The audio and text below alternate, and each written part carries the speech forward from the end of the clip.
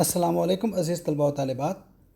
ہم پڑھ رہے ہیں بک 1 کا chapter 3 dark diver and golden eyed, اور اس میں پڑھ رہے ہیں ہم کچھ زمینی انسانوں کے بارے میں جو ایٹمی جنگ کے ڈر سے مریخ پر جا چکے ہیں. اور اب ہم دیکھ رہے ہیں کہ مریخ میں پہنچ کر ان لوگوں کی جسامت اور حلیے میں تبدیلیاں آنا شروع ہو گئی ہیں. صرف ایک شخص ہیری بٹرنگ ان تبدیلیوں کی وجہ سے پریشان ہے، لیکن دوسرے جتنے بھی لوگ ہیں انہیں ان تبدیلیوں کی اتنی فکر نہیں ہے، اور دوسروں میں تبدیلیاں دیکھتے دیکھتے اب ہیری کی اپنی توجہ کروائی گئی ہے اس کی اپنے جسم میں تبدیلیوں پر. لہٰذا ایک شخص اسے ایک آئینہ دیتا ہے اور کہتا ہے ذرا خود کو دیکھو. اور جب ہیری وہ آئینہ اپنی چہرے کے سامنے کرتا ہے تو وہ کیا دیکھتا ہے؟ آئیے پڑھتے ہیں. دیر ور لٹل، چھوٹے چھوٹے، ویری ڈم، ڈم مدھم دھندلے، فلیکس دھبے، آف نیو گولڈ، نئے سنہری رنگ کے، چھوٹے چھوٹے اور بہت مدھم دھبے، کیپچرڈ پڑنے لگے تھے یعنی کہ دکھنے لگے تھے، ان دا بلو آف ہز آئیز، اس کی نیلی آنکھوں میں.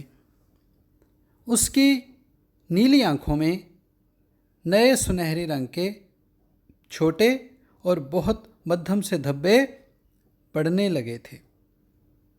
اور ہیری جو دوسروں میں تبدیلیوں کی وجہ سے پریشان تھا، جب اس کی اپنی آنکھیں اب تبدیل ہونا شروع ہو گئی ہیں تو اس نے کیا کیا؟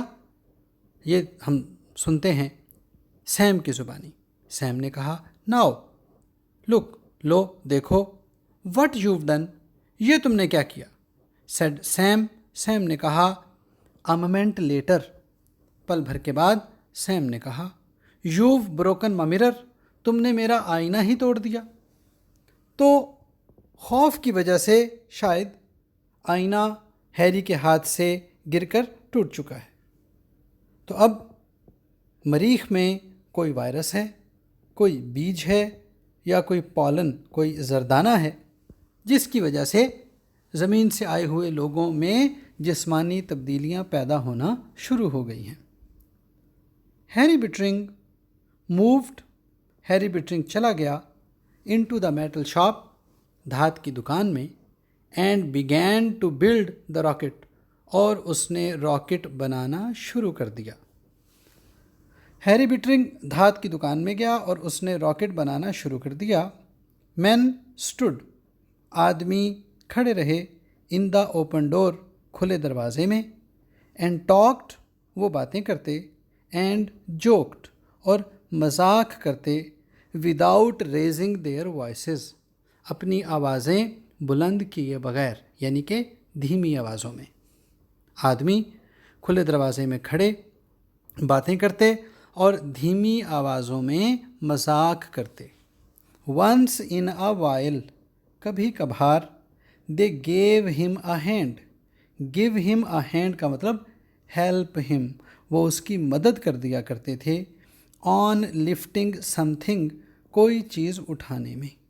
کبھی کبھار، شاذ و نادر، وہ کوئی چیز اٹھانے میں اس کی مدد کر دیا کرتے تھے، بٹ موسٹلی، لیکن زیادہ تر، دے جسٹ آئیڈلڈ، وہ بیکار کھڑے، اینڈ واچڈ ہم، اسے دیکھتے رہتے تھے، ود دیئر یلوئنگ آئیز، یلوئنگ پیلی ہوتی ہوئی، لیکن زیادہ تر وہ بس بیکار کھڑے اسے اپنی پیلی ہوتی ہوئی آنکھوں سے دیکھتے رہتے تھے. اٹس سپر ٹائم، شام کے کھانے کا وقت ہو گیا. دے ہیری، دے سیڈ، انہوں نے کہا ہیری، شام کے کھانے کا وقت ہو گیا. ہز وائف اپیئرڈ، اس کی بیوی وہاں نمودار ہوئی، اس کی بیوی وہاں آئی. ود ہز سپر، اس کا شام کا کھانا لیے. ان آ وکر باسکٹ، وکر تنکوں کی بنی ہوئی کسی بھی چیز کو وکر کہتے ہیں. اس کی بیوی تنکوں کی بنی ہوئی ٹوکری میں اس کا شام کا کھانا لائے وہاں آئی. آئی وونٹ ٹچ اٹ، میں اسے ہاتھ بھی نہیں لگاؤں گا، میں اسے چھوں گا بھی نہیں. ہی سیڈ، اس نے کہا. آئل ایٹ اونلی فوڈ، میں صرف وہ کھانا کھاؤں گا فرام آور ڈیپ فریز، میں صرف اپنے ڈیپ فریزر کا کھانا کھاؤں گا. فوڈ، وہ کھانا دیٹ کیم فرام دا ارتھ، میں زمین سے لایا گیا کھانا کھاؤں گا. نتھنگ، کچھ بھی نہیں کھاؤں گا فرام آور گارڈن، میں اپنے باغ کی اگائی ہوئی کوئی چیز نہیں کھاؤں گا. جو مریخ میں باغ میں چیز اگائی ہے وہ نہیں کھاؤں گا، کیونکہ وہ چیزیں تبدیل ہو رہی ہیں. میں کھاؤں گا تو میں بھی اور تبدیل ہو جاؤں گا. ہز وائف اسٹوڈ، اس کی بیوی کھڑی، واچنگ ہم، اسے دیکھتی رہی. You can't build a rocket, تم ایک راکٹ نہیں بنا سکتے. تو ہیری نے کہا I worked in a shop once, ایک زمانے میں نے ایک دکان میں کام کیا تھا. وین آئی واز 20، جب میں 20 برس کا تھا. جب میں 20 برس کا تھا تو ایک مرتبہ میں نے ایک دکان میں کام کیا تھا. آئی نو میٹل، میں دھات کا علم جانتا ہوں. Once I get it started, ایک مرتبہ اگر میں یہ شروع کر لوں، دا ادرز ول ہیلپ، تو دوسرے بھی میری مدد کریں گے. ہی سیڈ، اس نے کہا. نٹ لکنگ ایٹ ہر، اپنی بیوی کو دیکھے بغیر. لیئنگ آؤٹ، پھیلاتے ہوئے. دا بلو پرنٹس، اس نے اپنی بیوی کو دیکھے بغیر نقشے پھیلاتے ہوئے کہا. Harry, Harry, she said help Leslie. Help Leslie, بے بسی. اس کی بیوی نے بے بسی سے کہا ہیری، ہیری. ہیری نے کہا we've got to get away. Get away, جانا، نکلنا. کورا، کورا، ہمیں یہاں سے نکلنا ہے. ویو گاٹ ٹو، ہمیں نکلنا ہے. تو پیارے بچوں، یہ سمجھ لیجئے کہ ایک حصہ اس شارٹ سٹوری کا ختم ہوتا ہے اور اب ایک دوسرا حصہ شروع ہوتا ہے. یہ دوسرا حصہ ہماری توقعات سے بالکل الگ ہے، اور اس حصے کا حسن یہ ہے کہ مصنف ڈائریکٹلی ہمیں کوئی بات نہیں بتائے گا، بلکہ ہمیں باتوں کا مطلب سمجھنا پڑے گا. تو دیکھتے ہیں. سمر برنڈ دا کنیلز ڈرائی، اب موسم گرما شروع ہو چکا ہے، اور مریخ میں موسم گرما کی شدت کیا ہے کہ سمر، موسم گرما نے برنڈ دا کنیلز ڈرائی، کنیل نہر، نہروں کو خشک کر دیا ہے. اتنی زیادہ گرمی پڑتی ہے مریخ میں کہ نہریں بھی خشک ہو جاتی ہیں گرمی کی وجہ سے. سمر مووڈ، موسم گرما چلتا رہا. لائک فلیم، شعلے کی طرح. اپان دا میڈوز، سبزہ زاروں کے اوپر. موسم گرما شعلے کی طرح سبزہ زاروں پر چلتا رہا. بڑی خوبصورتی سے بتایا گیا ہے کہ اتنی زیادہ گرمی پڑی کہ گرمی کی وجہ سے سبزہ زاروں کی گھاس جل گئی. اور ڈیفینیٹلی اتنی زیادہ گرمی میں کہ جب نہروں کا پانی بھی گرمی کی وجہ سے خشک ہو جائے اور گرمی کی وجہ سے سبزہ زاروں میں آگ لگ جائے، ایسی گرمی میں انسان نہیں رہ سکتا. اور ہمیں یہ بھی پتہ ہے کہ میدانی علاقوں میں گرمی ہوتی ہے، اور جیسے جیسے ہم پہاڑی علاقوں کی طرف جاتے ہیں گرمی کم ہوتی جاتی ہے اور موسم سرد ہوتا جاتا ہے. لہٰذا یہ جو زمینی لوگ تھے جنہوں نے زمینی بستیاں بسائی ہوئی تھیں، اب انہوں نے کیا کیا، ان کا کیا بنا، یہ ہم دیکھیں گے. لیکن وہی بات مصنف ڈائریکٹ ہمیں نہیں بتا رہا، بلکہ وہ ایک سسپینسفل انداز میں ہمیں بتا رہا ہے. ان دا ایمپٹی ارتھ سیٹلمنٹ، خالی زمینی بستی میں. زمینی بستی خالی ہو گئی ہے اور جتنے بھی لوگ تھے وہ اپنی بنائی ہوئی بستی کو چھوڑ چکے ہیں. خالی زمینی بستی میں دا پینٹڈ ہاؤزز، رنگ شدہ گھروں کا رنگ، فلیکڈ، اکھڑ اکھڑ کر، اینڈ پیلڈ، گرتا رہا. یہ پینٹ جب کیا جاتا ہے تو اس کی پپڑیاں سی جم جاتی ہیں جنہیں فلیک کہتے ہیں.